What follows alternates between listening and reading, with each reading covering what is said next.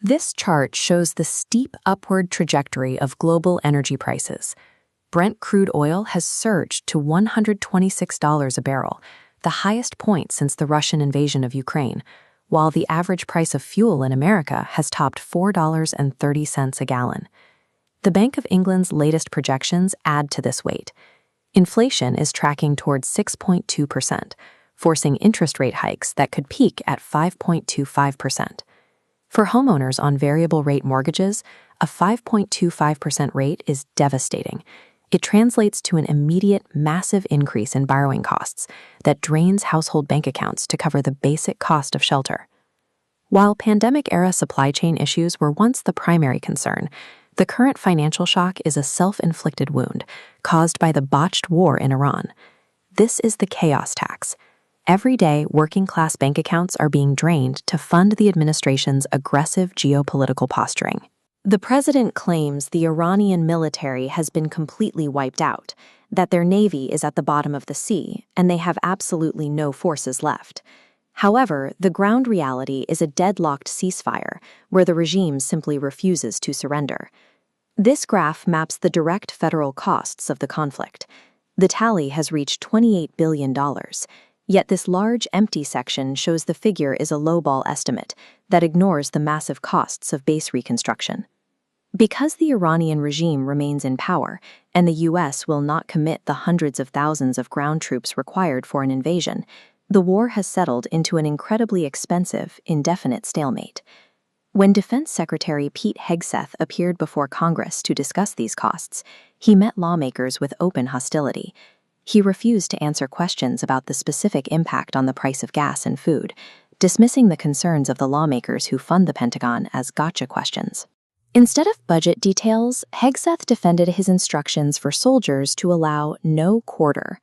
Under the U.S. Uniform Code of Military Justice and international law, in order to kill all enemy combatants, including those who are injured or attempting to surrender, is a war crime. The administration is pursuing an endless, taxpayer-funded forever war. Leadership remains insulated from the financial and moral consequences, while the public is left to pay for the lack of a strategic victory. The same institutional arrogance is now visible in the cultural sector, specifically with the upcoming North American World Cup. Last December, the president received a golden FIFA Peace Prize from FIFA head Gianni Infantino, highlighting a close alliance between the administration and soccer's governing body. FIFA is employing dynamic pricing for tournament tickets. As this metric shows, group stage tickets starting at $500 are surging past $1,000 as automated demand algorithms drive up the cost for the average fan. Travel costs are seeing a similar spike. A standard commuter train ticket from Manhattan's Penn Station to MetLife Stadium in New Jersey normally costs $12.90, but during the World Cup, that price jumps to $150. While fans pay these inflated costs, FIFA retains 100% of the tournament's ticketing, its corporate sponsorship, and its broadcast revenue. Meanwhile, host cities are forced to cover massive security burdens, including demands for Pope-level police motorcades for FIFA executives. Hosting an international event under this model functions as a structured financial racket. It is designed to siphon wealth from local taxpayers and the average sports fan. Amidst the headlines regarding international stalemates and the World Cup, the administration is also moving forward with significant shifts in domestic policy. This comes in the wake of an attempted shooting at the White House Correspondents' Dinner. Historically, high-profile threats like this have triggered an immediate review of security measures and firearm access.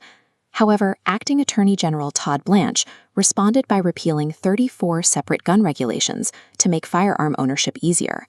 He described the move as cutting unnecessary red tape and removing the need for a law degree to understand background check requirements. The decision to strip away vital background checks immediately following an attempted assassination illustrates an institutional preference for ideological wins over the physical safety of the citizenry. The Pentagon's combat tactics, FIFA's price gouging, and the DOJ's deregulation all share an identical behavioral pattern. Powerful institutions are operating with total impunity. This model extracts maximum wealth at the top while pushing all physical and economic risks onto the public at the bottom. The peace prizes and the rhetoric of military bravado serve to mask a reality of expensive, dangerous gridlock. The final bill for these institutional failures arrives in your household budget. You are funding this era of chaos every time you buy groceries, pay your mortgage, or attempt to attend a sporting event. It is time to look closely at the grift. To stay informed on how these systems are impacting your life, subscribe to the TRENDCAST Radio podcast and remain vigilant against the chaos tax.